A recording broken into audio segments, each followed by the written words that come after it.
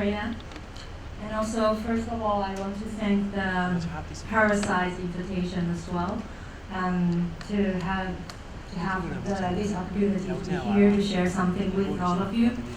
And it's a coincidence that last year is the year that in Taiwan, in Art Circle, it's been an issue talking about the 2 decades of the curating.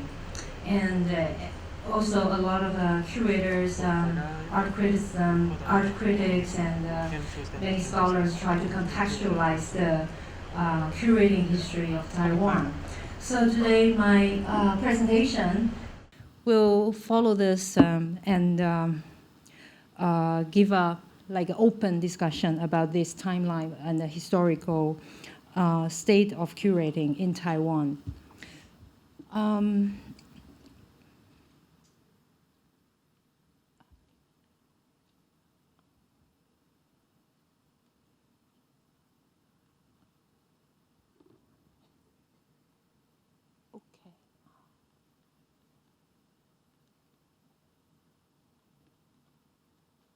Okay, so this presentation is about rethinking the history of contemporary art curating in Taiwan.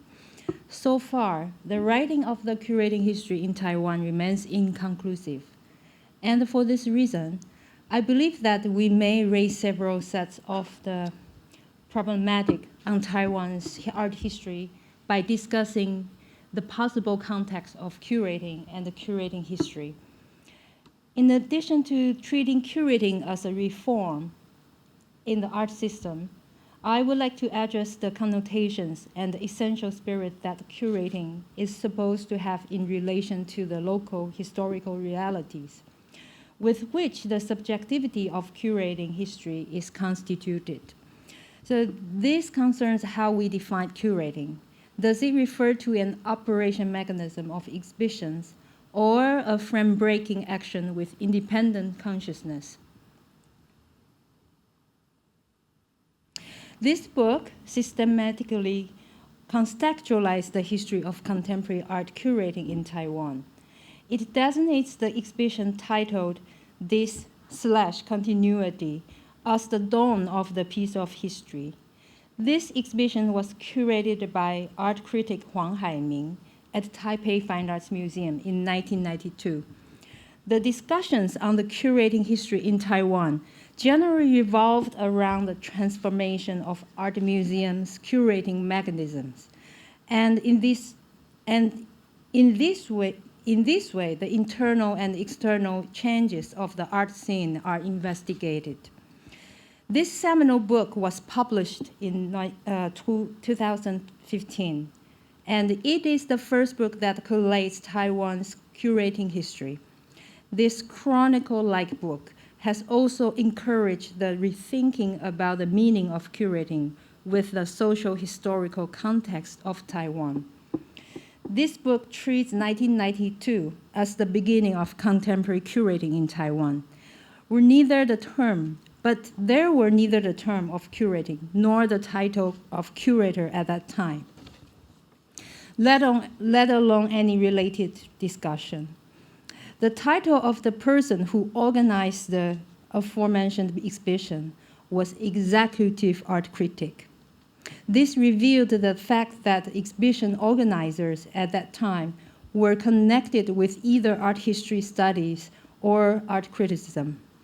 And organizers of museum-based exhibition preferred to remain anonymous. Art museum tended to bring in the talents from the academia as a way to make their exhibitions more convincing and meaningful. It was an approach commonly adopted by art museums in the 90s to make up for the insufficiency of their curating mechanisms at that time. The title of curator did not appear in Taiwan until 1998. 2 landmark events served as the watershed for the profession of curating. The first event was the well-known International Taipei Biennial. Its predecessor has been held 3 times during 1992 and 1996, which exclusively featured the works by Taiwanese artists.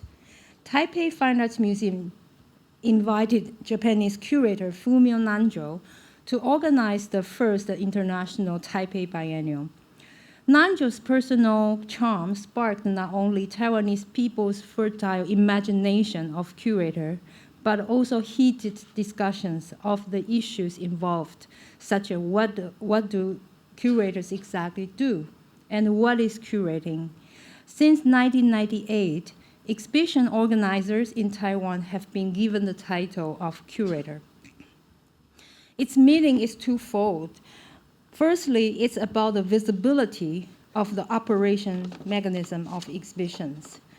The art communities began to recognize the significance of curator as a unique profession, and the curator began to propose their curatorial thinkings to which their names are attached.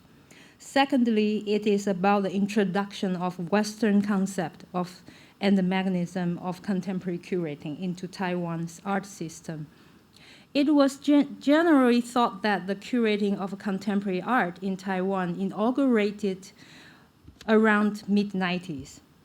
Now, treating Taipei Biennial as the landmark in the introduction of Western curatorial mechanism, we can put two questions. First, did the organizers of exhibitions in Taiwan have any curatorial intention before the term of curating was introduced?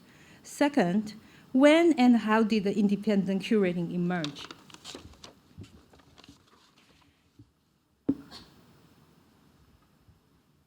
The second landmark event was the first conference of global Chinese curators hosted by National Taiwan Museum of Fine Arts in 1998.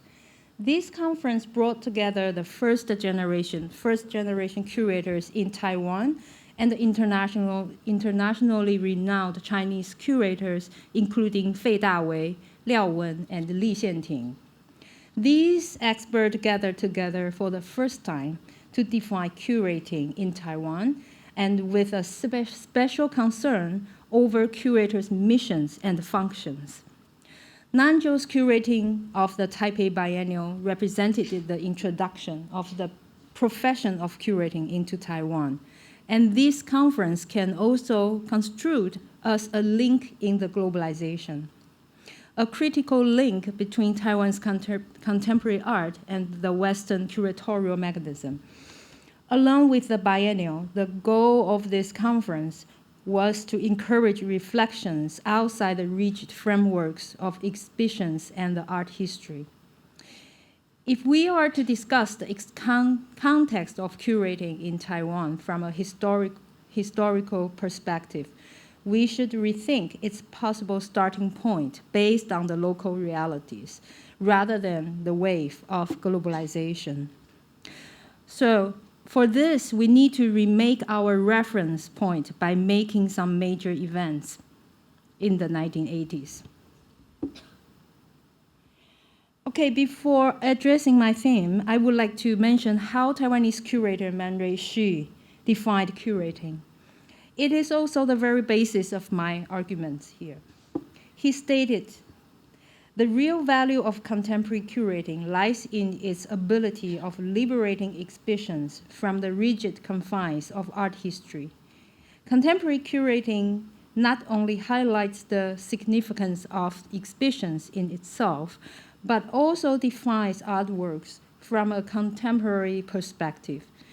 The ability of responding to the society is vital to the contemporary curating.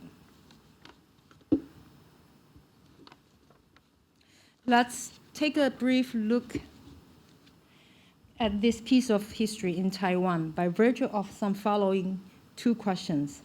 First, how did people organize exhibitions before the lifting of martial law in 1987? The state apparatus dictated the development and articulation of arts during the Japanese colonial period and the martial law period. And the culture under political control was the basis for the development of Taiwan's modern art, particularly when Taiwan was under the Cold War structure. So the second question is, what kind of the art modernity did Taiwan's art communities exactly pursue before 1987? The state apparatus might be the most powerful curator during the martial law period. All words and deeds were strictly monitored. The mass media were tightly controlled. The atmosphere was oppressive, and the ruling nationalist party shaped Taiwanese culture and art with their party state ideology. With the nationalist party could not resist the external influence from the United States. At that time, the United States Information Service in Taipei was the main channel to instill Cold War ideology into Taiwan by means modern arts and culture.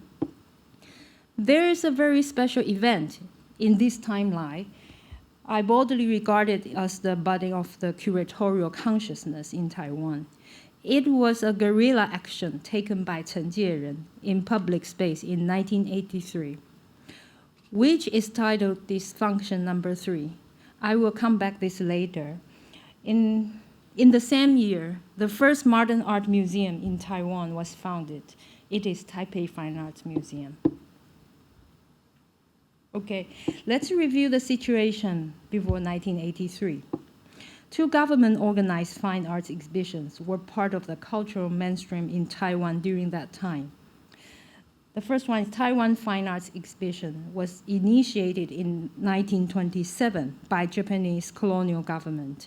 It appreciated Western and Japanese paintings, while the appreciated Chinese ink paintings.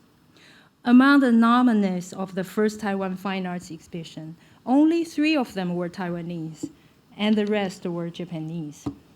This exhibition was regarded biased, and the first edition was regarded biased and therefore gave rise to the event of the Exhibition of Rejects. This exhibition had been held 16 times in 17 years before 1945, during which one was suspended because of the outbreak of the Asia-Pacific War. The Nationalist Party took over Taiwan in 1945 and initiated Taiwan Provincial Fine Arts Exhibition in 1946. This exhibition featured only ink paintings, Western paintings, and sculpture, while Japanese paintings were excluded. Taiwan Provincial Fine Arts Exhibition had been held 60 times since then and was not terminated until 2006. Now let's go back to 1983. During the martial law period, freedom of speech and thought was oppressed, and the public gatherings and the demonstrations were prohibited. This picture shows the guerrilla action of Dysfunction Number 3, organized by Cheng Jieren. This row of people wearing red hoods with bandages around their feet walked along the street in the downtown area of Taipei. After walking for a while, some of them started to yell, and others lay down on the ground, and then performer disbanded. This move challenged the social rules at that time, attracting the crowd and the police attention. Cheng Jieren himself treated this work a guerrilla movement, termed this work a guerrilla movement on the street. It was the path-breaking resistance against the political reality in Taiwan and the ideological struggle for the freedom of expression and the creation. Also in 1983, the first modern art museum in Taiwan was opened. It ushered in the start of the professional mechanism for modern art exhibitions and performances.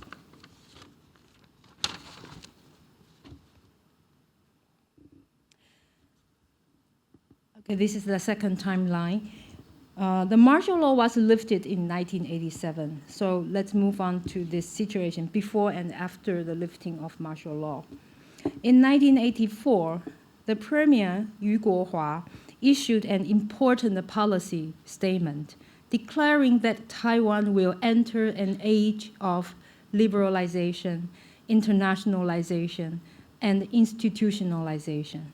It ushered Taiwan into a neoliberal socio-economic system.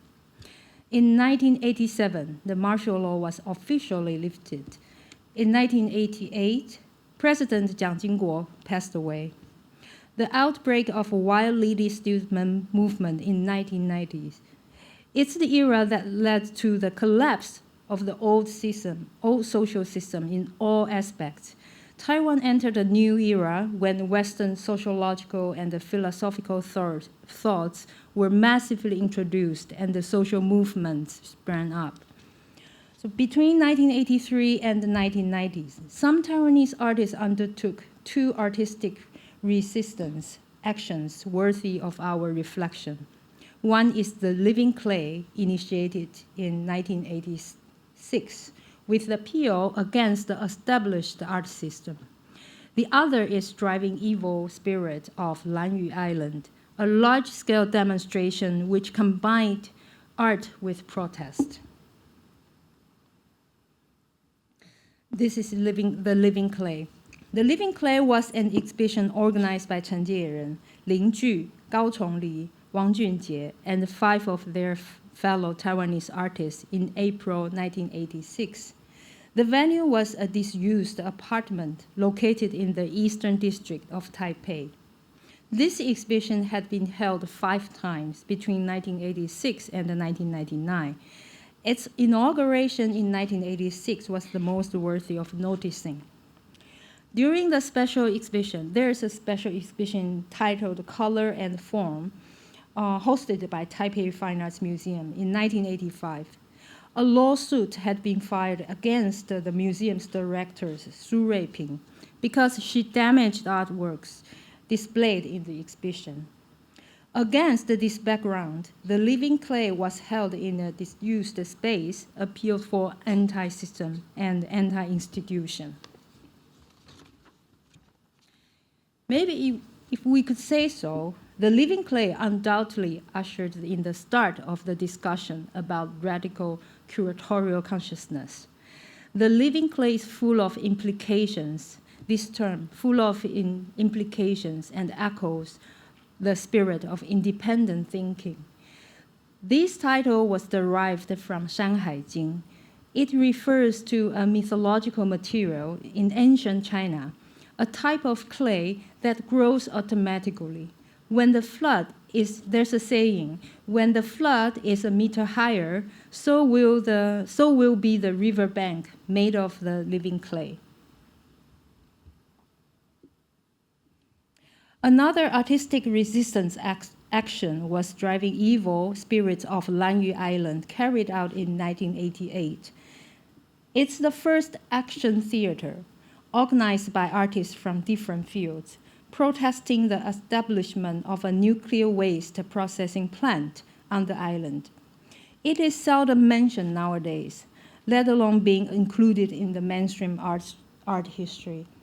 But if we review this action, we may find those people actually conducted an artistic action with deep social concerns by reflecting on the meanings of avant-garde and the radical before the introduction of the Western ideas such as interdisciplinary or curating. One of the key figures in this action was Wang Moling. I would like to briefly introduce him and the actions as follows. Wang Moling is a pioneer of Taiwan's fringe theater movement, as well as an important cultural activist and a social critic. In 1985, the novelist Chen Yingzhen established the Renjian magazine, which employed the methods of photojournalism and the reportage writing to deeply explore and critique society. Wang Moling joined Renjian magazine as a reporter in 1985, and after a period of initiation and reflection, started to rethinking the relationship between avant-garde art and society. In the post-martial law period, Wang and his friends from various disciplines were prompted to mobilize the action theater to support anti-nuclear protests. Wang Moling and Zhou Yichang is the director of Jiang Zicui Theater, were the key organizer of Driving Evil Spirit of Lanyu Island in 1988. It was a political demonstration and Taiwan's first action theater event. The organizers and the participants were professionals from cultural industry, including the still active visual artists Chen Jieren and Wang Junjie. Confronting local politics, Wang Moling's issues consciousness was focused on the relationships between art and the social reality, and the forms they could be employed to reconnect art with history and the society. It could be said that the forms of art production were explored systematically and thoroughly for the first time in Taiwan's contemporary art history. Driving Evil Spirit of Lanyu Island was a seminal event, as it integrated the Dawu Aboriginal tribes' traditional exorcism rite, street festival, and parade into a demonstration protesting the establishment of the nuclear waste processing plant on the island. It also had far-reaching implications for the cultural context of Taiwan. The event was unprecedented in Taiwan and established the tradition of action theater in later social movements, leading to the new linkage between these movements and art intervention. This was not a one-time protest, nor was it a one-time breakthrough or transcendent moment of radicalism in terms of its cultural significance. When commenting on connections between art forms and the social awareness that existed at that time, Wang Moling had said, "We are all faced with the same problem, and all wanted to create avant-garde/radical art forms. What was the most radical aesthetics? Summing up the discussions we having at that time, it seems one could not ignore the social issues and the politics and still expect to create a radical aesthetic. Like the living clay, Driving Evil Spirit of Lanyu Island not only addressed the form of avant-garde and its relation to the society and the system, but also reflected on the connotations of avant-garde in Taiwan.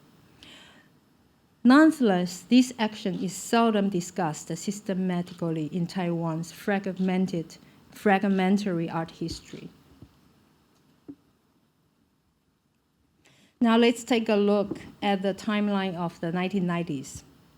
The exhibition I just mentioned in the very beginning, that this / continuity, was hosted by Taipei Fine Arts Museum in 1992.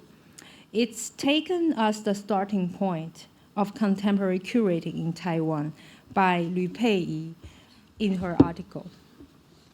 In 1994, a messing around activity called Broken Life Festival took place in the peripheral region of Taipei. And in 1995, you also see the unemployment rate in Taiwan reached its decade peak in 1995. The first direct president election took place in 1996. The civil power kept thriving. In 1997, the avant-garde installation art exhibition Earth Ethic utilized the public space in Taipei in an unprecedented scale. In 1998, Fumio Nanju curated the first Taipei Biennial, International Taipei Biennial. The first conference of global Chinese curators was held in that year as well. And in 1999, Professor Huang Haiming curated the exhibition The Heart of History in Lugang Township, featuring urban and rural living spaces.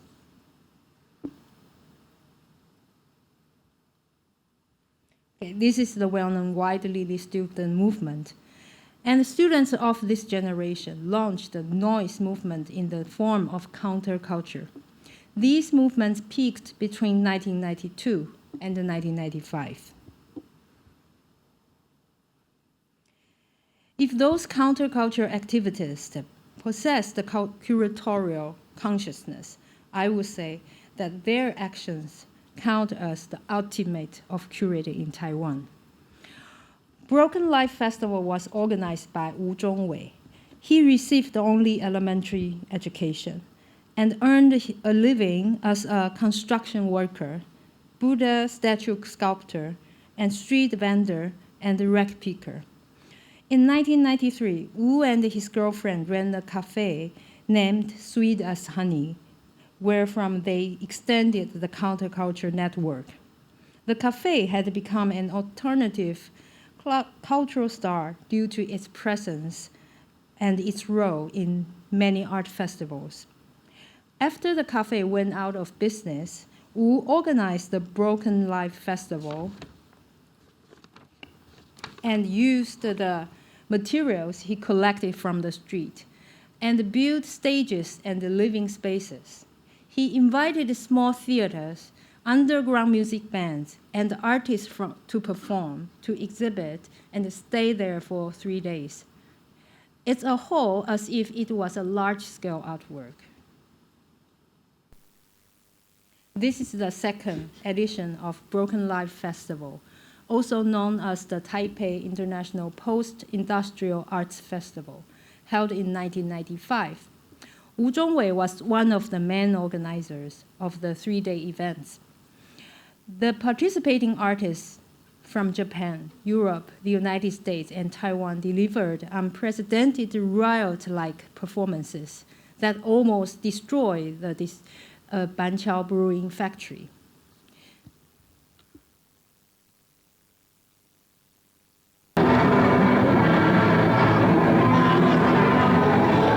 唱歌唱得太多了，无聊，弄一点好玩的东西。This is the second Broken Life Festival.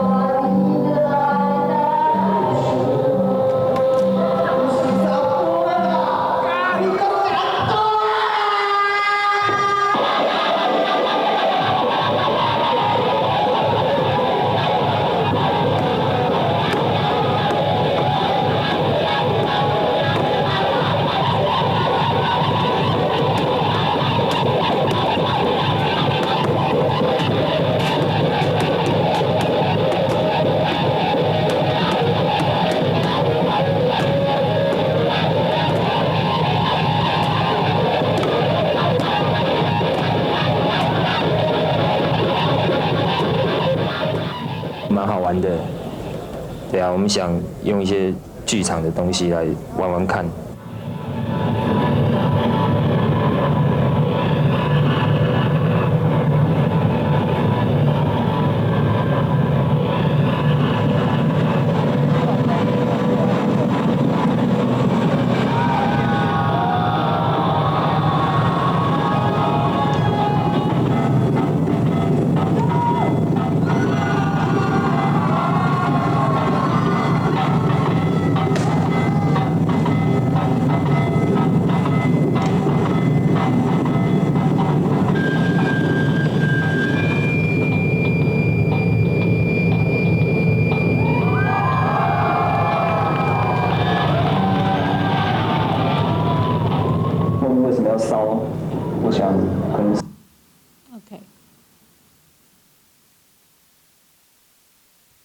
Okay, I would like to elaborate on this noise movement rebellion.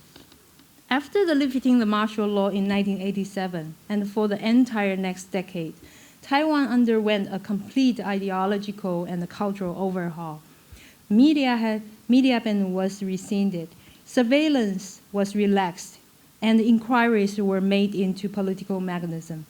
Furthermore, postmodern ideologies, Marxist theory, and information about Western counterculture and the subculture movements all flooded the island, inundating the young generation of intellectuals.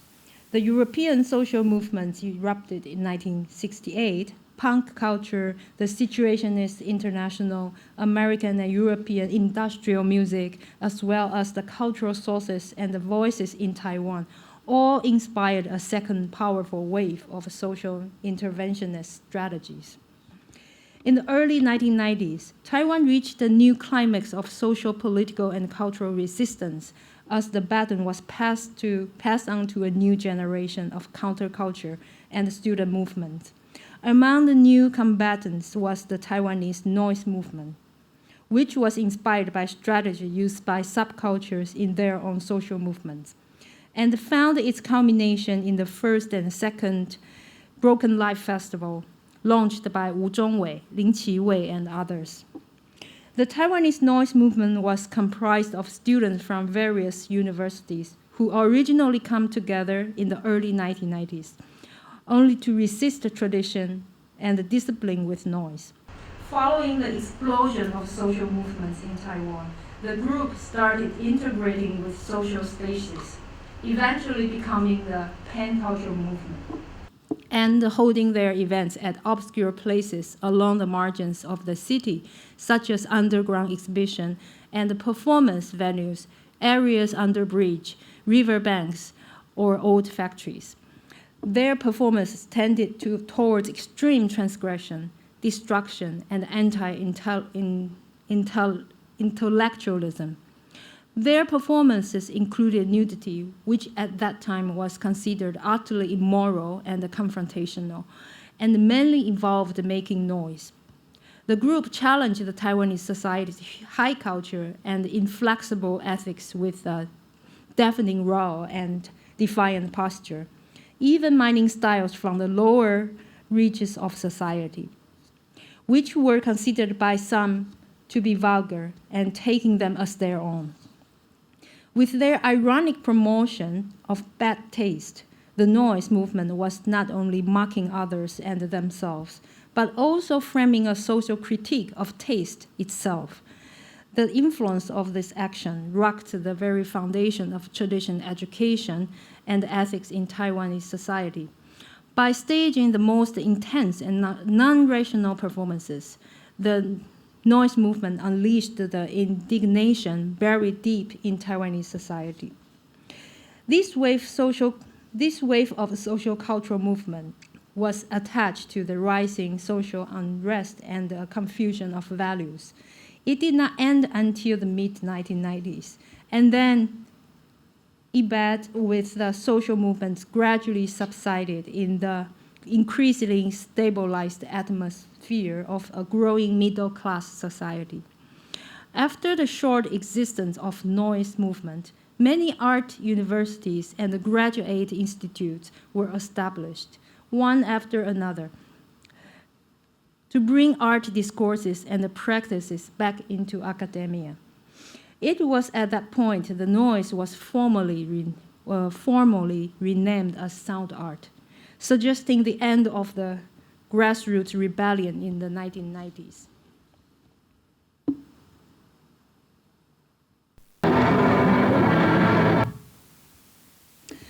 This picture shows the looming Breakdown Festival, an uncompleted large-scale art event organized by Wu Zhongwei again. He originally planned to hoist a huge balloon puppet and hang with the everyday objects, and then drop them onto the ground. But this attempt failed, eventually owing to technical problems. Nevertheless, Wu's conception of this festival encompassed the ideal lifestyle. The participants built up a commune-like camp where they lived and performed for 1 month.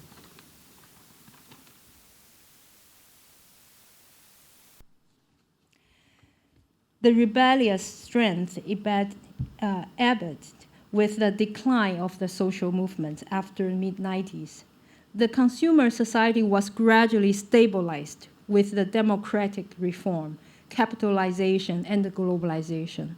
The grassroots rebellions and experiments also shrank with the rise of the middle class, the perfection of the academic system, and the professionalization and institutionalization of art system. But the creative momentum gathered in the 1990s was much greater than and more radical than after the late 1990s. The curating after the late 90s was investigated mostly from the aspect of curating mechanism. It indicated the institutionalization of curating. The large-scale landscape installation shown in this picture was a part of the exhibition Land Ethic, curated by Rita Zhang in 1997. Leaving aside the guerrilla action conducted by Chen Jieren and the noise movement rebellions, this exhibition, Land Ethic, could be construed as the earliest curatorial practice of avant-garde art in public space in the 1990s. This picture shows the exhibition The Heart of History, curated by Huang Haiming in Lugang in 1999. It was also one of the earliest exhibitions that tried to transcend the confines of the white cube. It remains of the great significance to us nowadays, for it not only created new artistic and public spaces, but also engaged in multi-level dialogues with the residents. It was rooted in the local culture and history, and seamlessly fused art and daily life. But I argue that this exhibition is incommensurable with the later curatorial practice that follow the trend of biennial and emphasizes city marketing or city branding. The former and the latter, in fact, represent the opposite poles. Now, let me conclude this presentation with the following points. In the course of time, curating had become an academic discipline and the critical link of the art production system, which mounts exhibitions of every stripe. If we are to contemplate and establish a contemporary context of curating in Taiwan, I truly believe that the resistant, grassroots, and the guerrilla actions evolving outside of the context of art system are really the most essential part that we should not ignore. Thank you.